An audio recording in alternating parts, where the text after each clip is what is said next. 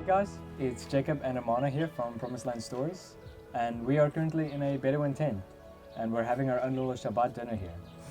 I've heard a lot about Arab hospitality and the way that Jewish mamas constantly try and feed you, and I would really like to experience that before I have to head back home. Well, with a lockdown in Israel and all of our villages having a checkpoint, there's no running around tonight to have dinner anywhere else. Oh yeah, yeah, definitely. I'm just really glad your friends allowed us to film in this place, but it smells kind of funny.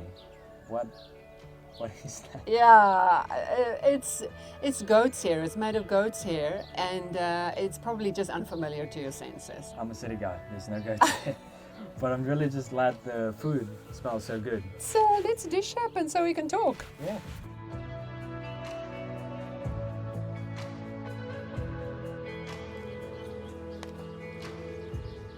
ברוך אתה אדוני, אלוהינו מלך העולם, המוציא לחם מן הארץ.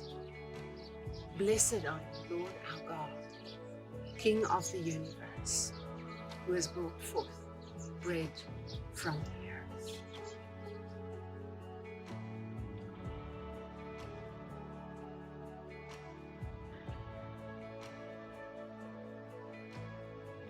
Father, thank you for this wine. Thank you for this meal. Thank you for this great adventure you have given us and this unexpected circumstance. Thank you, Father.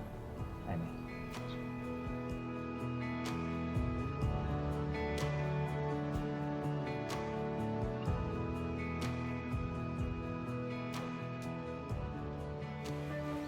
Yeah, talk about the unexpected. You know, now that I look back, I know that my time in Israel would have looked completely different if it wasn't for the wisdom of an Arab man. Yeah, how so?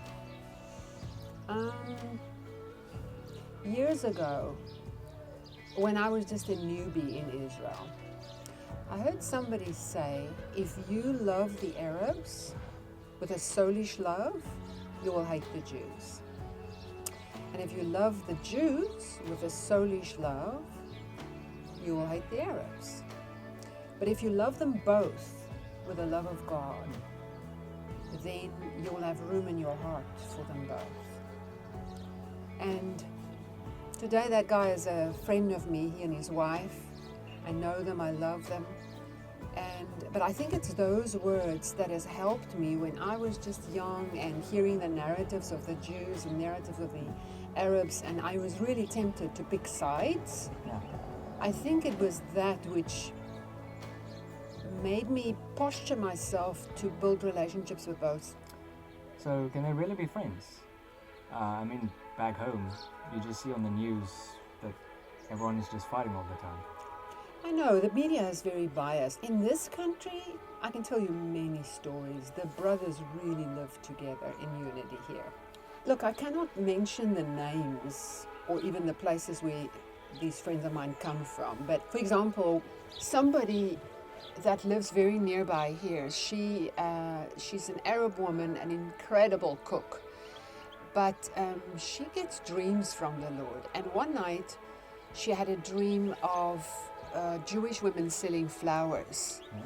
And there were these beautiful red roses, and she went to buy some flowers, and she took this one bunch and held it in her arms, and she felt, I love this is beautiful. But it was the Holy Spirit's interpretation that told her those red roses are soldiers. So the very next opportunity that there came a group of soldiers to the guest house where she was working, she wanted to make friends with them, but her Hebrew is limited, her English is very limited. So she thought, oh, how can I show them I love them? So the next day, this was the Friday when she met them, the next day on Shabbat, she cooked a whole meal of 3 courses at her house, and she came with all of this food for 21 soldiers. And she just fed them, because it was the Arab mama's way to say, I care about you, I hold you in my arms. How's the food? It's good. It's delicious. Well, there's another young Arab guy. Yeah? He's a psychologist. And he made friends with a Jewish guy that was in the army at that point. Yeah?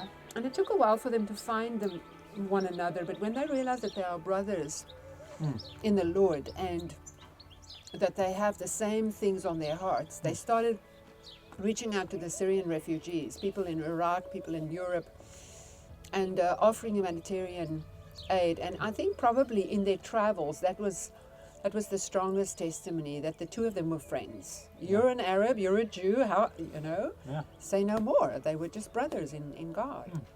And then I have a very good friend who is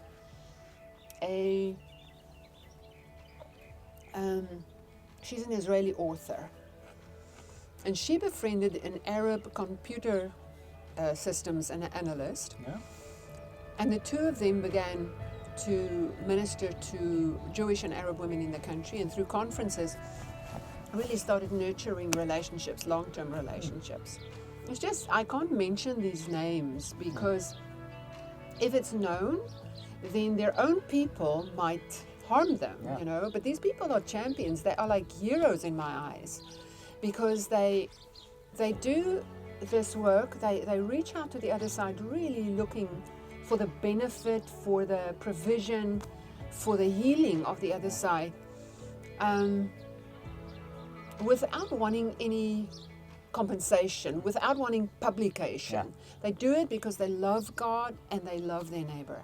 I wish I could tell you, I could expose you to the work that a Jewish advocate does on behalf of Palestinian children in The Hague. Yeah. The criminal court in The Hague. I'll tell you one last story. Yeah. Adam and Tal Rosenfeld live in Jerusalem. Yeah. I have 8 children.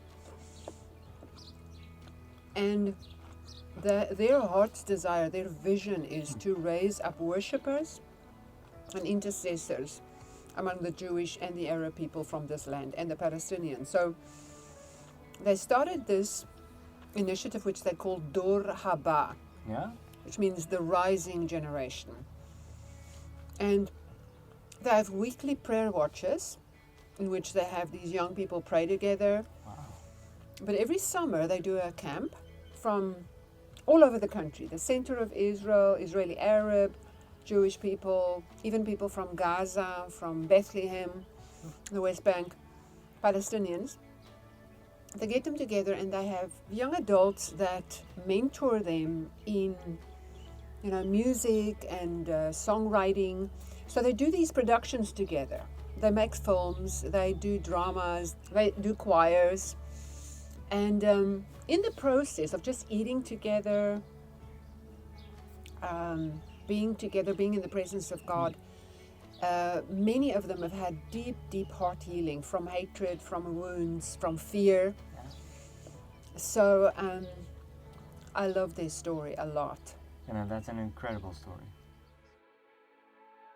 We do a lot with Arab and Jews, like bringing Arabs and Jews together to worship and intercede for their nation together, which I think is very powerful. So we're really wanting to invest in building them up and training them and encouraging collaboration between them. We also produce recordings of original Arabic and Hebrew songs, specifically written by young people. And then on a weekly basis, just, our weekly routine at home, with the kids in Jerusalem. Basically, we do several kids' watches, and also we're involved in several teenage watches. And it's really been amazing. And in the house of prayer, they have these windows and they look out over the city of David, over an Arab neighborhood, over a Jewish neighborhood, and they can pray. And it's really neat because it's them leading the watches. It's not us leading it and them, joining in or listening. It's they're preparing the scriptures, they're preparing the prayer topics, they're being active and they're practicing leadership, which I think is a very important thing. I think it's something new God is doing. It's something new He's doing here in Jerusalem, at least, here in Israel. And we are so excited to be a part of it. And we're so blessed that our children can be a part of it. and investing in Indigenous worship and in unity. Wow, that's incredible. It's really just beautiful to me how God weaves together these different strands. Yeah, you know, for me, that's exactly what I feel He has done with my time here in Israel. He wove together relationships and these beautiful strands that I can discern, you know, the individuals, the names, the stories. And it's so enriched me. It's like a tapestry. Like my heart has become a tent. Yes. And when we're children of God, that's what He wants. He wants us all to be one big happy family.